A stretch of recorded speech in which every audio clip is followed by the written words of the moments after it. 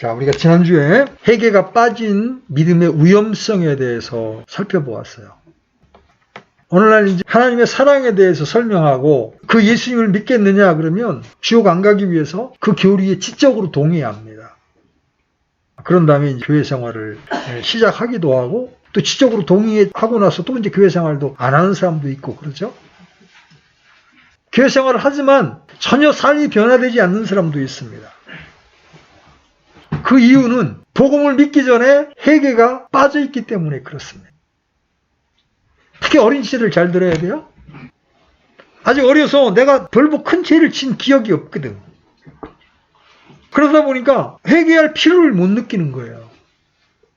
그러니까 나는 괜찮은데 그냥 또 예수 믿으면 지옥 안 간다니까 그냥 그 교리에 지적으로 동의하고 나 예수 믿는다고 고백하고 침례받고 그냥 일요일날 때때로는 본인이 원해서 때때로는 그냥 마지못해 집회에 참석한다고. 그 이유가 뭐예요? 회개가 빠졌다. 회개라는 이 단어의 의미가 여러 방면으로 해석될 수 있지만 가장 본질적인 것은 하나님 앞에서의 나의 실존을 발견하는 겁니다. 에베소 2장 1절부터 4절까지 보겠습니다. 에베소 2장 1절부터 4절. 자, 같이 읽습니다. 시작. 또 그분께서 범법과 죄들 가운데에서 죽었던 너희를 살리셨도다. 지나간 때에는 너희가 그것들 가운데에서 이 세상의 행로를 따라 걸으며 공중의 권세 잡은 통치자 곧 지금 불순종의 자녀들 가운데에서 활동하는 영을 따라 걸었느니라. 지나간 때에는 우리도 다 그들 가운데에서 우리 육신의 욕심 안에서 생활하며 육신과 생각의 욕망을 이루어 다른 사람들과 같이 본래 진노의 자녀들이었으나 성경이 대표적으로 불신자들, 구원받기 전의 사람들을 묘사하고 있는 인간의 실존이 바로 에베소 2장 1절부터 3절까지의 말씀. 인간에 대한 연구가 그렇게 흔한 건 아닙니다. 주로 철학이라는 학문의 분야에서 인간을 연구하죠. 그러나 현대까지 사람들에게 지대한 영향을 미친 몇 가지 철학적인 주장들이 있습니다. 불신자의 세계에서 인간을 연구하는 몇 가지 흐름이 있어요. 그 첫째가 뭐냐면 소크라테스의 제자인 플라톤의 영향을 받은 사람들의 입장입니다. 이 교회가 산출되던 시기에 전 세계의 지성인들은 이 플라톤의 인간론에 영향을 받고 있었습니다. 이 플라톤의 인간론은 이원론으로 널리 알려져 있었어요. 이게 뭐냐면 사람은 영혼과 육체로 되어 있는데 영혼은 거룩하지만 육체는 추하고 타락했다는 것이 플라톤이 주장한 이원론의 내용입니다. 다시 말해서 인간의 영혼은 문제가 없는데 인간의 육체가 영혼을 타락시키고 병들게 한다는 거죠. 그래서 육체를 정죄하고 육체에서 해방되는 것을 종교적인 자유라고 생각을 했습니다. 이런 이원론적인 접근 방법은 도덕적인 문제를 해결하기보다 오히려 애면에서 더 신비적인 방향으로 사람들을 몰아갔습니다. 이 초대 기독교에 가장 큰 혼란을 준 것이 바로 이 이원론이었습니다. 이 이원론은 그리스도의 육체적인 탄생이나 육체의 부활을 믿을 수 없게 만들었고, 왜냐하면 육체는 악한 것이라고 규정을 했으니까요. 성도들로 하여금 이 세상에서 책임있고 아름답게 살지 못하도록 만들었습니다. 초대교회의 이단 가운데 이 영지주의라는 게 있었어요. 영지주의자들, 그 다음에 신비주의자들이 있었는데 이들에게는 공통적으로 어떤 인간관이 있었느냐면 이 이원론적인 인간관을 가지고 있었던 거야. 영혼은 거룩하지만 육체는 악하다. 그러니까 예수님이 죄 있는 육신의 몸으로 오셨다는 게 믿어질 수가 없는 거죠. 그래서 믿는 사람들 가운데서도 이 영지주의자들한테 그렇게 속았던 거예요. 죄를 짓는 것은 육체지 우리 영혼하고 아무 관계가 없다. 그러니까 어떻게 하게 되겠어요? 더 편하게 탐닉하게 되고 죄를 짓게 만들게 된 거예요. 반면에 이제 독일의 철학자인 임마누엘 칸트 여러분 많이 들어보셨을 거예요. 임마누엘 칸트는 인간을 대단히 낙관적인 입장에서 보았습니다. 그는 인간의 마음 속에는 도덕률이라고 하는 것이 있기 때문에 그것을 잘 키워주고 격려해주면 더욱 바람직한 인간이 될 수 있다고 주장했습니다. 그렇기 때문에 기본적으로 이 죄라는 것을 인정하지 않았어요. 사람들은 교육을 잘 받으면 얼마든지 선해질 수 있다는 겁니다. 그런데 이러한 낙관적인 견해는 20세기에 들어와서 완전히 깨지고 말았습니다. 그 이유는 아무리 교육을 시키고 사회보장제도를 만들어 주어도 인간은 여전히 싸우고 범죄를 저지르기 때문입니다. 특히 20세기에 두 차례의 큰 전쟁이 있었잖아요. 세계제 1차 대전과 2차 대전이 있었습니다. 그렇게 사람들이 많이 교육을 받고 개선되었는데도 결국 인간들은 그 잔혹한 전쟁을 벌이더라. 그러니 칸트의 이 주장은 그때부터 더 이상 설 자리를 잃어버리게 된 거죠. 또 한 사람을 든다면 프로이드라는 사람이에요.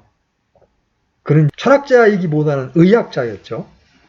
그는 인간의 꿈의 해석을 통해서 사람 안에 아주 강한 욕구가 있고 그 욕구를 억제하려는 강한 사회적인 인식 또는 자존감 같은 것이 있다는 것을 알아냈습니다. 반면에 그 욕구를 사회적인 어떤 시스템이 억압하면 할수록 병이 생긴다는 것도 알아냈어요. 그는 인간을 철학적인 접근이 아니라 의학적으로 접근한 사람이에요. 사람의 이상한 정신병을 치료하기 위해서 인간의 잠재의식을 연구하고 꿈을 연구한 거죠. 그래서 환자를 치료하기 위해서 상담이나 최면의 방법으로 과거의 고통스러운 기억으로 돌아갑니다. 그래서 강한 죄의식으로 억압당하고 있는 그 부분을 자기 자신이 책임질 수 없는 것임을 인정하게 함으로써 그 증세를 누그려 띄워주는 거예요. 이 프로이드의 연구는 사람에게 잠재의식이 있으며 그것이 사람들의 성격이나 사람에게 더 영향을 줄 수 있다는 것을 알아낸 것은 큰 공헌이라고 볼 수가 있어요. 그리고 사람의 육체만 병이 드는 것이 아니라 정신도 병이 들 수 있으며 치료되어야 한다는 것을 알아낸 것도 큰 공헌이죠. 그러나 여기부터 중요합니다. 그러나 이러한 철학자들이나 과학자들에 의한 연구는 근본적인 한계가 있습니다. 그 이유가 무엇일까요? 그거는 인간이 그런 어려움을 겪는 이유로 이 죄의 문제를 보지 못한다는 거죠. 플라톤은 인간의 죄로부터 도망치고 있습니다. 육체가 악한 거니까 육체가 한 거야. 영혼이 한 게 아니야. 그러면서 이 죄를 외면하는 거죠. 칸트는 죄를 무시합니다. 그리고 프로이드는 결과적으로 죄를 병으로 생각하는 겁니다. 이게 인간의 이성의 차원에서 인간을 연구한 대체적인 주요한 이론들입니다. 그런데 우리가 오늘 읽은 이 본문은 인간 문제를 기독교적인 입장에서 가장 명확하게 정의를 내리고 있습니다. 성경은 인간 문제를 철저하게 하나님과의 관계에서 설명을 합니다. 본문을 읽으면서 우리는 상당한 어려움을 처음에 느낄 수가 있습니다. 왜냐하면 처음 이게 듣는 사람은 알아듣기 어려운 전문적인 표현을 통해서 그 문제를 진술하고 있기 때문이에요. 본문에 나타나는 것들 가운데 세상 사람들이 이해하지 못하는 용어들이 나오죠. 자, 범법이나 죄들, 그 다음에 죽었다, 육신과 세상의 행동, 공중 권세 잡은 자 같은 이런 우리 일상생활 가운데 흔히 사용하는 용어가 아닌 것들이 등장한단 말이에요. 특히 3절에서 육신이라는 단어가 2번이나 나오는데 이 말은 단순히 우리 몸을 말하는 것이 아니라 우리 안에 있는 죄성, 즉 타락한 본성을 의미하는 말이기 때문에 세상 사람들이 알아듣기가 어려운 거예요. 자, 이제 우리 1절부터 하나님이 진단하는 인간 이 부분을 한번 분해를 해봅시다. 왜냐하면 이 말씀을 우리가 정확하게 이해할 때래야 참된 회개가 가능한 거예요. 내가 이런 존재였구나. 나의 어떠함이 발견되지 않았는데 내가 SOS를 킬 수 있어요? 자, 우리 얼마 전에 이태원 사건이 일어났습니다. 그렇게 사람이 몰려들고 뒤에서 밀게 되었을 때 사람이 150명 이상이 죽을 수도 있을 것이라고 하는 그 위험함을 누군가가 알았다면 어떻게 했을까? 조치를 취했겠죠. 그죠? 근데 위험성을 누구도 예지하지 못한 거예요. 사람이 모이니까 뭐 좀 혼란스럽겠지만 무슨 큰일이 일어나겠어? 그 정도로 그쳤던 거예요. 왜? 그것이 인간의 한계니까. 만약에 우리가 어떠한 존재고 그런 우리 앞에 어떠한 운명이 기다리고 있는지를 알았다면 하나님이 우리를 위하여 마련해 놓으신 구원의 길에 내가 기꺼운 마음으로 동참할 거 아니에요. 그죠? 그래서 우리가 어떤 존재인지를 알지 못한 채 복음을 전하는 것이 그래서 위험한 거예요. 지옥 안 갈 욕심으로. 또는 예수 믿으면 복 받는다니까. 복 받을 욕심으로 예수를 믿으면 받아들이기는 하는데 전혀 생각과 삶이 변화되지 않는 이유가 뭐예요? 내가 어떤 자인지를 보지 못했다. 그건 다른 말로 하면 회개하지 않았다는 것과 똑같아. 회개는 하나님이 진단하시는 나에 대하여 내가 동의하는 거예요. 자, 우리가 수술을 받을 때 어떻게 해요? MRI도 찍고 CT도 찍어가지고 내 몸속에 종양이 자라고 있다는 것에 내가 그것이 확실히 드러나서 내가 거기에 동의해야만 의사의 칼에 내 몸을 맡기는 거잖아요. 그게 안 드러났을 때는 누군가가 당신 수술합시다 하고 나를 붙잡아서 병원 데리고 가면 나는 저항하고 반항할 수밖에 없는 거예요. 동의돼요? 하나님이 진찰하시는 우리 자신에 대하여 내가 동의하고 예, 제가 그런 자였군요 하고 나를 보게 될 때 회개는 하지 말라 그래도 내 마음속에 자동적으로 일어나는 거예요. 그래서 어떤 의미에서는 회개도 하나님의 말씀을 들을 때 하나님이 주시는 선물입니다. 내가 의지적으로만 할 수 있는 게 회개가 아니야. 하나님이 말씀을 통해 보여주실 때 성령께서 빛을 비춰주실 때 아, 내가 이렇게 추하고 악한 자였구나. 이거를 시인하고 받아들이는 거. 그게 바로 회개다. 여기 가장 먼저 죽었다라는 표현이 등장합니다. 자, 성경은 우리 인간에 대해서 어떻게 말하고 있습니까? 인간은 하나님 앞에 죽은 자들이라는 거예요. 에베소 1장에서 인간을 살리시기 위한 성삼위 하나님의 장엄한 계획과 사역을 말씀하십니다. 하나님의 창세전에 계획이 있었죠. 역사 가운데 2000년 전에 예수님께서 성육신하셨고 그분이 죽으시고 부활하신 다음에 승천하셔서 이제 그분을 믿는 자들에게 하나님이 성령을 보내주셔. 그래서 에베소 1장에는 우리를 구원하시기 위한 성삼위 하나님의 사역이 다 등장합니다. 그런 다음에 그 말씀을 하신 다음에 2장에서는 하나님의 은혜로 살아난 인간이 어떤 존재였는가를 밝혀주고 있습니다. 물론 이렇게 밝히는 이유는 다가오는 세대들에게 하나님의 은혜의 지극히 풍성함을 알게 하시기 위함이라고 7절이 밝히고 있어요. 7절 한번 보세요. 7절. 이것은 그분께서 그리스도 예수님을 통해 우리에게 베푸신 친절 속에 담긴 자신의 은혜의 지극히 풍성함을 다가오는 시대들 속에서 보여주려 하심이라. 여러분, 어떤 사람이 명의라는 호칭을 얻게 될 때에는 다른 의사들이 전혀 고칠 수 없었던 불치의 병을 고쳤을 때 명의라는 명성을 얻게 되잖아요. 우리가 꽤 괜찮은 사람이었는데 하나님이 율법을 주시고 이렇게 살아봐라 그래서 우리가 이렇게 좀 더 나은 사람이 되었다면 그건 별게 아니라는 거예요. 우리는 죽었던 자들이었다. 아예. 하나님의 눈에 우리는 죽었던 자들이었다. 그런데 하나님이 우리를 살리셨다. 죽은 자를 살릴 수 있는 존재는 이 우주 가운데 아무도 없는데 오직 하나님께서 살리셨다. 그래서 인간에 대한 성경의 진단서는 아주 간결하고 명확합니다. 너희는 하나님 앞에 범법과 죄들 가운데 죽었던 자들이다. 범법과 죄들 가운데 죽었던 너희들이었다. 우리를 태어날 때 첫 번째 죽었다 이게. 뭐가 죽었다는 얘기야? 주님은 자신의 아버지의 장례를 치른 뒤에 자신을 따르겠다고 하는 제자에게 이렇게 말씀하셨죠? 죽은 자들로 죽은 자를 장사 지내게 하라. 그럼 뒤에 있는 죽은 자는 실제 육체로 죽은 자, 장사 지내야 되니까 죽은 자가 맞는데 앞에 죽은 자들은 이 사람들이 이 죽은 사람을 장사 지내게 하려면 이 사람들은 육체적으로는 살아있어야 되잖아. 그런데 육체적으로도 살아있는 사람을 예수님은 죽은 자들이라고 묘사하고 있습니다. 멀쩡하게 살아서 먹고 움직입니다. 어떤 사람은 정말 사긴 열정으로 전 세계를 향하여 사업을 펼칩니다. 어떤 사람은 뛰어난 지식으로 과학적인 성취를 이뤄내고 있습니다. 그런데 성경은 그런 사람들을 향하여 어떻게 진단합니까? 범법과 죄들로 죽었다. 물론 여기서의 죽음은 생물학적인 죽음을 의미하지 않습니다. 죽음을 생물학적으로 정의하면 혼과 육체가 분리되는 것, 혹은 호흡이 정지하는 것 등으로 말할 수 있겠죠. 그러나 성경에서 죽는다고 말할 때는 이런 의미만을 말하지 않습니다. 창세기 3장 여러분 기억나시죠? 너희가 이것을 먹는 날에는 죽으리라. 그날에 무엇이 죽었습니까? 아담은 930살까지 살았는데 그날 하나님과 교통하는 기관이었던 영이 죽었습니다. 기능을 상실한 겁니다. 그것은 바로 관계의 죽음을 가져오죠. 육체적으로는 죽지 않았다 하더라도 관계가 완전히 끝날 때 나는 그 사람에 대하여 죽었다고 표현하는 겁니다. 바로 아버지가 속 썩이는 자식의 문제 앞에서 그 자식은 나에게 이미 죽은 자식입니다. 가끔 그런 말 하는 거 여러분 들어본 적 있을 거예요. 그죠? 더 이상 그 아이는 내가 모릅니다. 이런 뜻이잖아요. 내게 말씀하지 마세요. 라고 말하는 겁니다.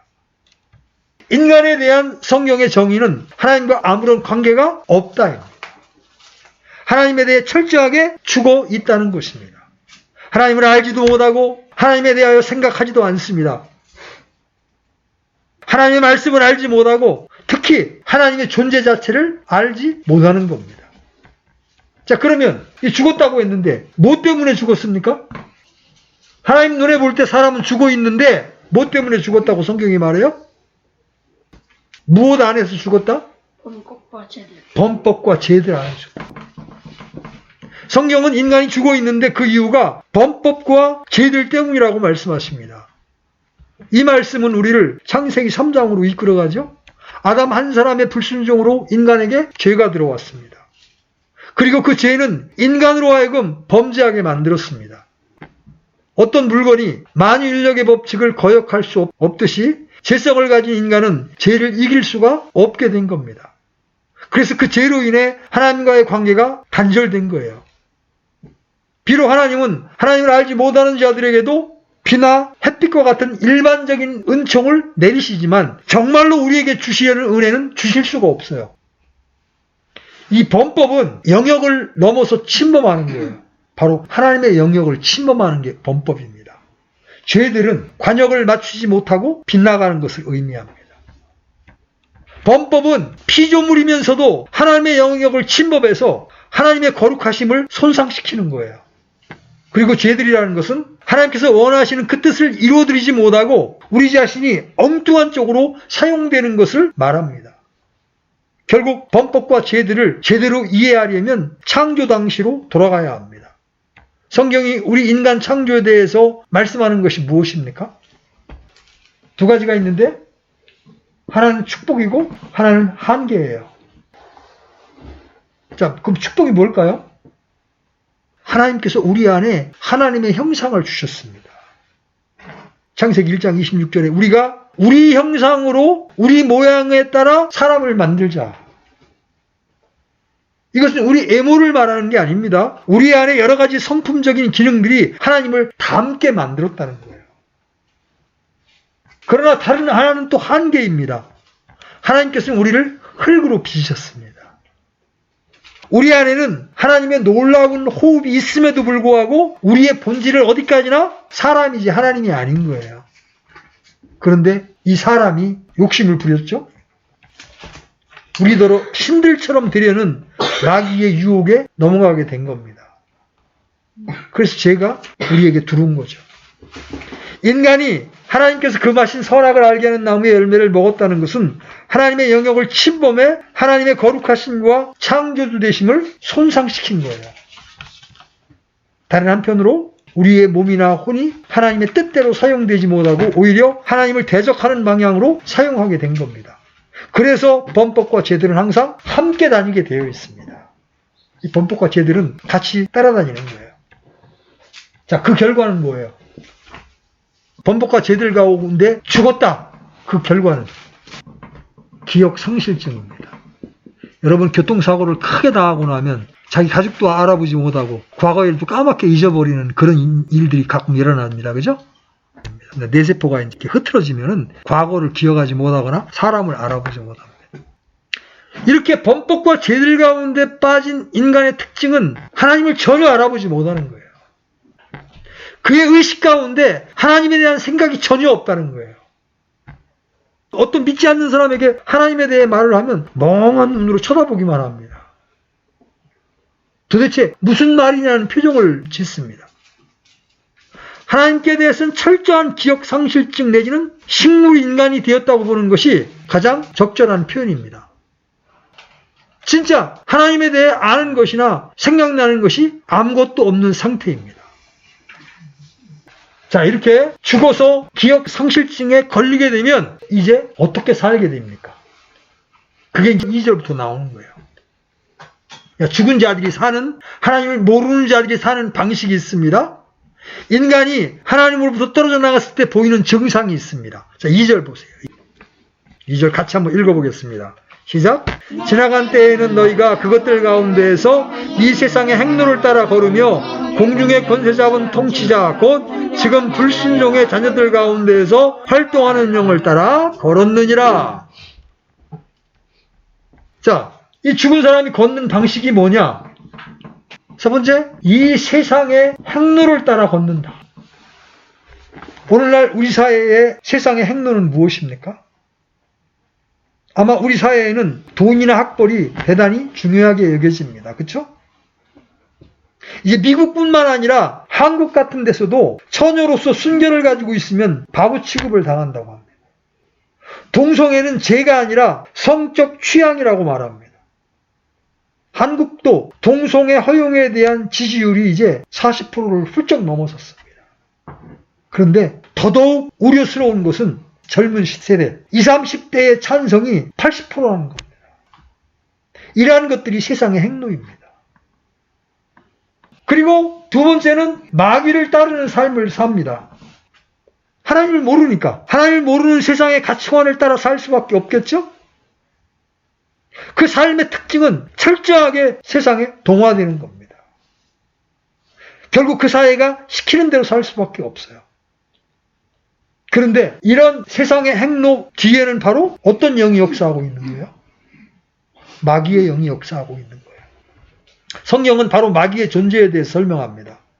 마귀가 성령을, 그것도 바른 성령을 그토록 싫어하는 이유가 있습니다. 자기 정체가 사람들에게 드러나는 게 싫거든요. 자기 정체가 드러나지 않아야 사람들을 속일 수 있는데, 마귀는 공중의 권세를 잡은 통치자입니다. 그는 속이는 자였죠?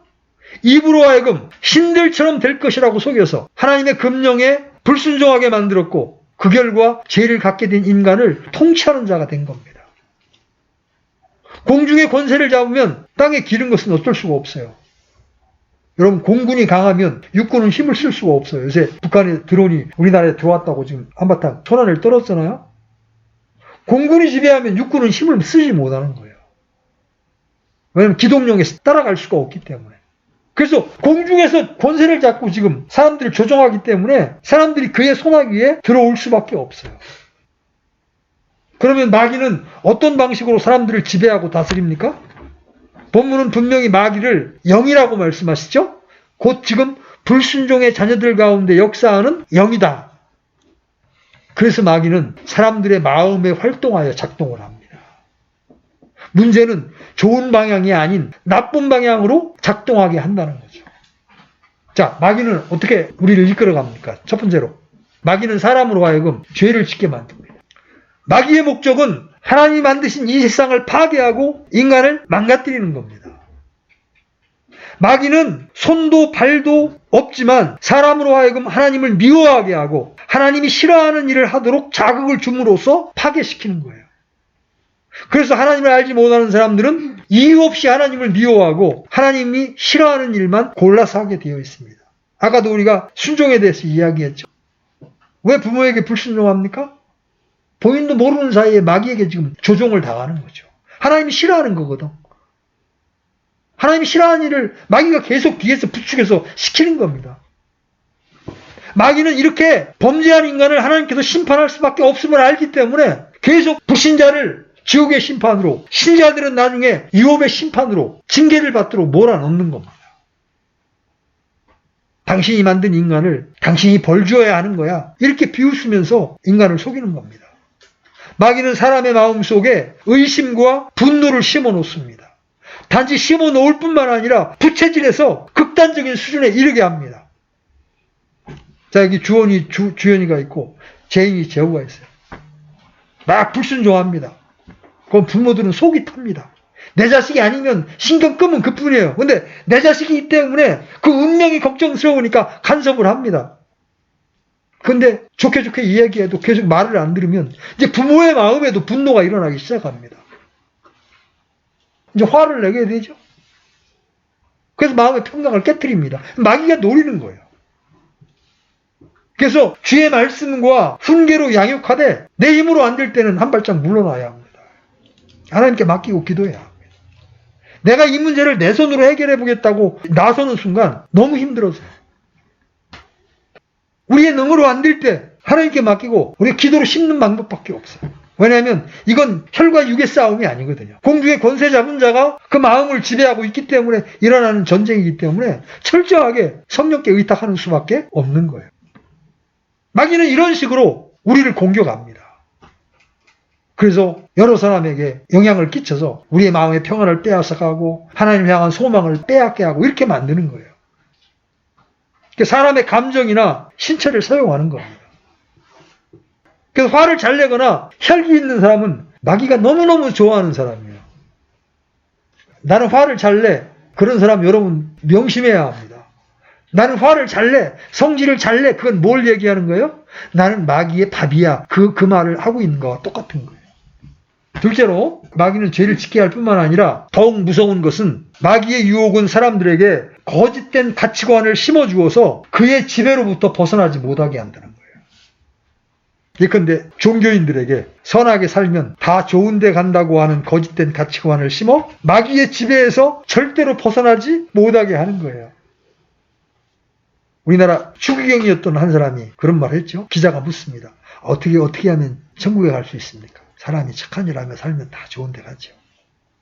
그래서 믿음으로 얻게 되는 의, 거듭남 이런 것에 사람들이 관심을 두지 않게 만들어 버리는 거예요. 또 사람이 죽으면 끝이라는 가치관을 모든 사람 속에 심어줍니다. 복음전에 보면 그렇게 말하는 사람 많잖아요. 죽으면 끝이지 뭐가 있어. 여러분 그게 본인의 생각이라고 판단하세요? 아니에요. 마귀가 그 거짓된 가치관을 심어준 겁니다. 또 돈이면 최고라는 생각을 넣어주어서 그것을 위해서 물불을 가리지 않게 만듭니다. 심지어 교회 안에 영적인 것을 가장해 거짓된 교리를 붙들게 만듭니다. 영지주의 같은 것이나 완전주의 같은 것이 그러한 것입니다. 얼핏 들으면요 너무나 멋있어요.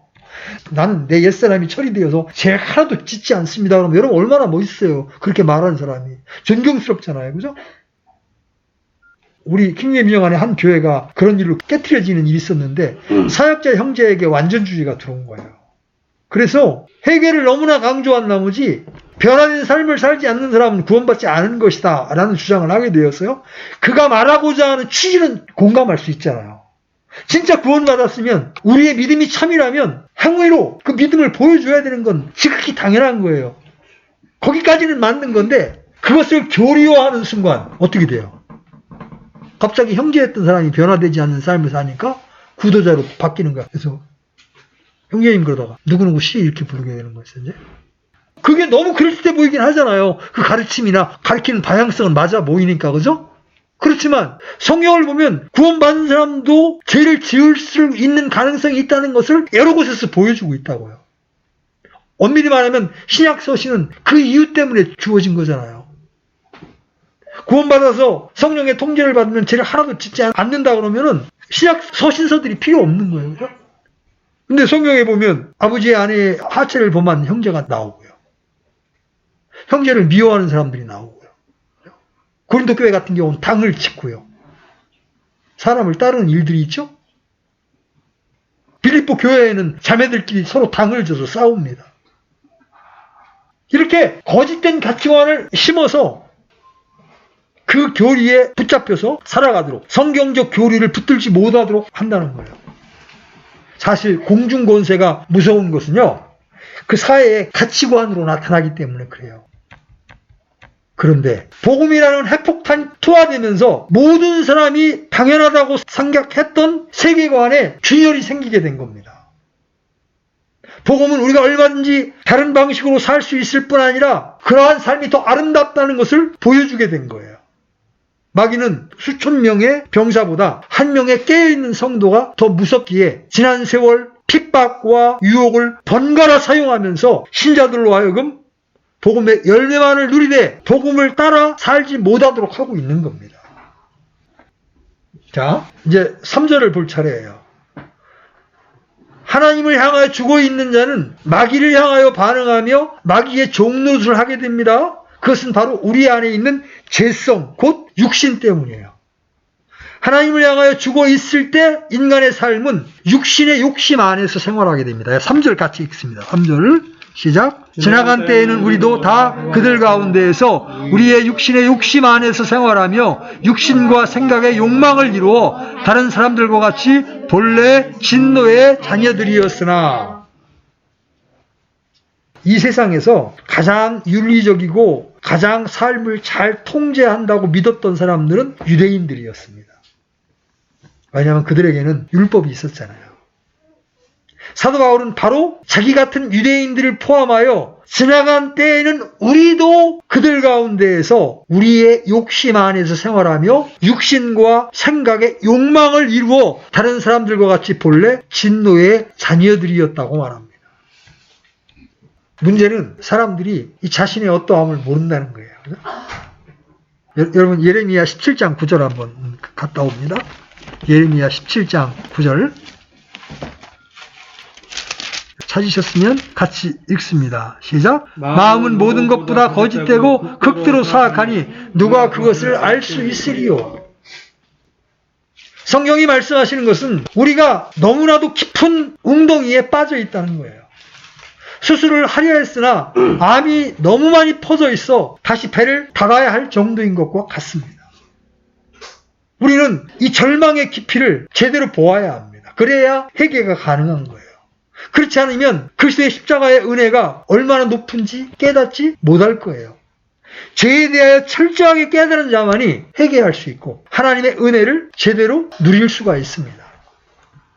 많은 그리스도인들이 사회 윤리에 관심을 가지고 있습니다. 그죠? 그래서 교회들 가운데에서 구제, 지역 청소, 정의 구현 그런 것들을 하는 이유가 무엇입니까? 물론 우리 그리스도인들도 이제 사회 문제에 책임을 지고 나름대로 어려움을 도와보자는 긍정적인 측면이 분명히 있습니다. 그러나 다른 한편으로는 죄라는 문제가 너무도 다른 사람에게 거부감을 주고 인간의 인격을 깎아내리고 회개의 요구가 너무 심한 편견 때문이라는 생각 때문에 복음의 문턱을 낮추기 위해서 이런 데 관심을 가지는 경우가 많다는 거죠. 저 교회는 동네 청소도 해줘. 그러한 어떤 인간적인 노력으로 사람들이 교회에 접근하도록 만드는 거예요. 그러다 보니까 기독교 상담이 유행하게 되면서 죄나 회개라는 말은 점점 없어지고 말았습니다.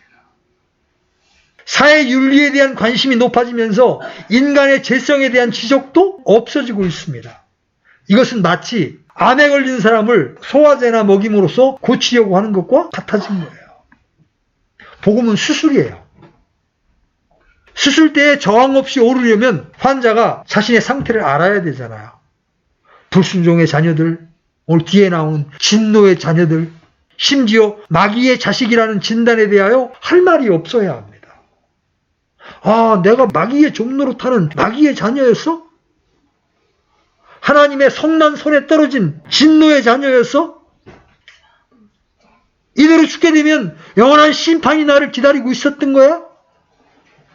이것을 말씀을 통해 깨달아야, 나의 실존을 보아야 그런 사람에게 하나님의 은혜가, 하나님의 긍휼이 부어지게 되는 거예요. 따라서 인간이 어떤 존재인가를 성경의 빛을 따라서 알면 알수록 우리는 더욱더 깊은 은혜의 세계 안으로 들어갈 수밖에 없는 거예요. 그래서 나 같은 죄인 살리신 그 찬송을 지은 뉴턴 같은 경우는 자기가 노예 상인이었으면서 말 안 듣는 노예는 그냥 바다에다 그냥 빠져 죽이기를 밥 먹듯 했던 사람이란 말이에요. 그런 사람이 구원을 얻고 난 다음에 나 같은 죄인 살리신 주은에 놀라워. 우리가 과거에 어떠한 존재들이었는지를 인식하기 전에는 이 구원의 위대함에 대해서 올바른 개념을 가질 수가 없어요. 삶이 변화될 수가 없어요. 만약 하나님께서 우리를 구출하지 않고 내버려 두셨다면 우리가 여전히 어떤 자리에 빠져 있는가를 깨닫기 전에는 이 구원의 위대함에 대한 합당한 개념을 가지지 못한다는 거예요. 다시 말해서 우리는 죄의 깊이를 인식해야 한다는 거죠. 죄가 실제로 무엇을 의미하는 것이며 죄가 인류에게 어떠한 일을 가져왔는가를 알아야 한다는 겁니다. 우리가 이것으로부터 출발해야 되는 이유가 뭐예요? 그것이 사실이니까. 성경은 하나님의 진노가 하늘로부터 나타났다고 말씀하시죠. 노아의 홍수 사건은 하나님의 진노가 나타난 겁니다. 그렇죠? 소돔과 고모라의 멸망, 하나님의 진노가 나타난 거예요. 이스라엘의 패망, 하나님의 진노가 나타난 겁니다. 그런데 하나님의 진노의 클라이맥스는 뭐예요? 십자가입니다. 여러분, 십자가는 하나님의 사랑을 보여주신 곳이기도 하지만 하나님의 진노의 절정입니다. 인간의 죄에 대해서 하나님이 얼마나 진노하시느냐? 자기 아들을 대신 죽이지 않으면 안 될 정도로 하나님은 진노하신다. 여러분이 그 하나님의 진노 앞, 사람이 그 하나님의 진노 앞에 있는 거예요. 그래서 그 예수님이 내 진노를 대신 십자가에서 받으셨다는 것을 믿지 않는 사람은 나중에 어떻게 돼? 그 하나님의 진노를 따라 죽게 되고 지옥에 갔다가 마지막 불호수에서 영원히 불타게 되는 고통을 받게 되는 거예요. 여러분, 이런 우리 인간의 실존을 발견하기 전까지는 여러분이 진정으로 하나님의 사랑을 알았다고 말할 수 없는 거예요. 성경은 사실을 기록한 책이죠. 성경은 우리가 어떤 사람들인가에 대해서 정확히 진찰합니다. 우리에게 아부하실 필요가 없어요. 하나님은 적당히, 야, 너 괜찮아, 너 죄도 있지만 네 안에 불성을 잘 살려서 착한 일 하면 너 좋은 데가, 아부하지 않습니다. 넌 지금 죽어 있는 거야. 마귀의 영의 지배를 받고 있는 거야.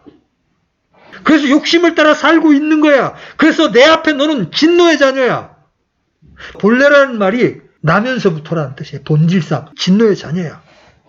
그래서 너를 기다리고 있는 운명은 죄로 말미암아 두려운 거야. 성경은 이걸 우리에게 보여주기를 원하는 거예요. 오늘날 그렇게 많은 사람들이 그들의 구속의 개념에 대해서 그처럼 희미한 이유가 바로 자신에 대한 발견이 덜 되었기 때문에 그래요. 일반 사람들은 하나님께서 어려움에 처한 사람들에게 일종의 친구가 된다는 개념을 가지고 있습니다. 마치 그것이 전부인 것처럼 생각합니다. 그리스도는 그런 분위기에 그런 이유로 하나님께 감사해야 된다는 식이죠. 성경이 죄 가운데 있는 사람에 관해서 가르치는 바와 죄가 인간에게 끼친 영향이 무엇인지 깨닫지 못하면 구속의 은혜를 측량해 나갈 수가 없는 거예요. 많은 사람들이 하나님은 알겠는데 예수님은 모르겠다면서 주님의 성육신의 교리를 이해하지 못하는 것은 아직 죄의 교리를 이해하지 못했기 때문에 그렇습니다. 여호와의 증인, 안식교, 이런 분들, 예수님을 대언자 정도로 여기는 분들은 죄의 교리를 모르는 거예요. 죄가 얼마나 심각하기에 하나님께서 그 아들을 이 땅에 보내셔서 그 아들에게, 인간에게 부어야 할 진노를 쏟아 부었는지를 모르는 거예요.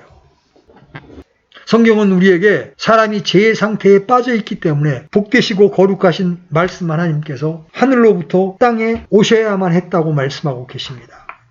그분은 인성을 스스로 취하시고 어린아이로 태어나셔야만 했습니다. 그 점은 인간을 구속하기 위해서 절대적으로 필수적인 일이었습니다. 어째서 그렇습니까? 죄 때문입니다. 죄의 본성 때문입니다. 그러므로 여러분이 죄에 관해서 명확하지 못하면 성육신을 제대로 이해할 수 없습니다. 여러분, 갈보리 십자가를 바라보십시오. 그것이 무엇을 의미합니까? 여러분이 죄의 개념에 대해서 명확하지 못하면 우리 주님의 죽음, 그분이 십자가 위에서 무엇을 행하셨는가에 대해서 이해할 수 없습니다.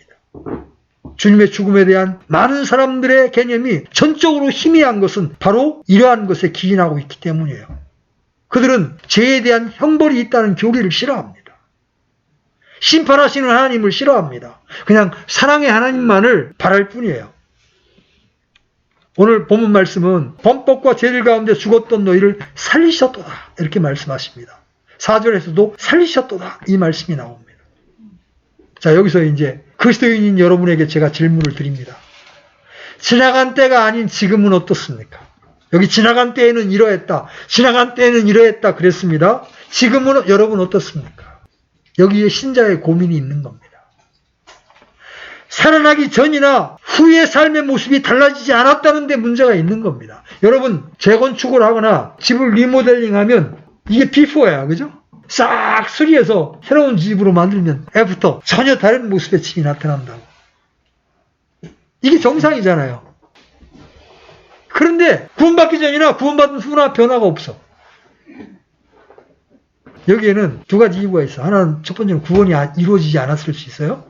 지식으로는 동의했지만 마음으로 이루어지지 않았을 수 있어요. 두 번째는 구원받았는데도 그렇지 않은 경우가 있어요. 그건 그리스도인 안에 두 가지의 성품이 존재하기 때문에 그렇습니다. 성령의 소욕과 육신의 소욕이 끊임없이 충돌하는데 말씀의 젖을 부지런히 먹고 순종하는 법을 배우게 되면 성령의 소욕이 나를 지배하게 되기 때문에 변화된 삶을 살 수 있는데 그렇지 않게 되면 성령께서 침묵하십니다. 그러면 내 육신의 소욕만 커집니다. 그러면 구원받기 전보다 더 악한 상태로 나타날 수 있습니다. 왜 그래요? 그렇게 해야 하나님을 믿는다고 하는 그 사람의 악한 모습을 보고 실망해야 될 거 아닙니까? 세상 사람들이? 마귀가 그렇게 만드는 거예요. 마귀가. 그런데 이 육신의 소욕을 처리하는 방법은 십자가밖에 없어요. 그래서 바울은 이렇게 선포합니다.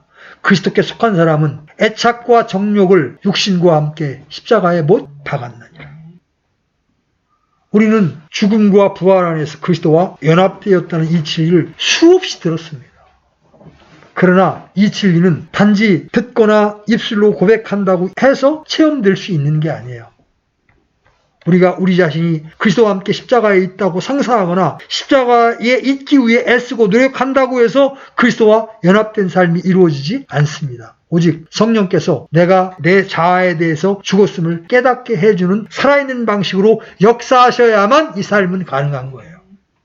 우리의 지각이 열려 성경이 말씀하시는 바 인간의 어떠함에 대하여 정확하게 알게 되므로 그리스도의 죽음 안에서 자신도 죽었음을 볼 수 있기를 바랍니다. 그래야 그런 부패한 나를 위하여 십자가를 지신 주님의 은혜가 더 크게 우리에게 다가오는 거예요. 그래야 또한 옛사람의 행위, 곧 지나간 때의 삶의 모습을 거절할 수 있는 거예요. 이런 실제를 갖게 될 때 새로운 피조물인 우리를 통하여 다가오는 세대에 우리를 향하신 하나님의 긍휼의 풍성함을 나타내 보여줄 수가 있는 거예요. 이랬던 내가 이렇게 변화되었습니다. 이런 삶을 사람들에게 보여줄 수가 있는 것입니다. 오늘 우리는 말씀을 통하여 우리가 어떤 존재인지를 보았습니다. 이 말씀 앞에 여러분을 정확히 투영해 보시고 이런 나를 위하여 이 땅에 오셔서 십자가를 지신 주님을 바라보십시오. 그리고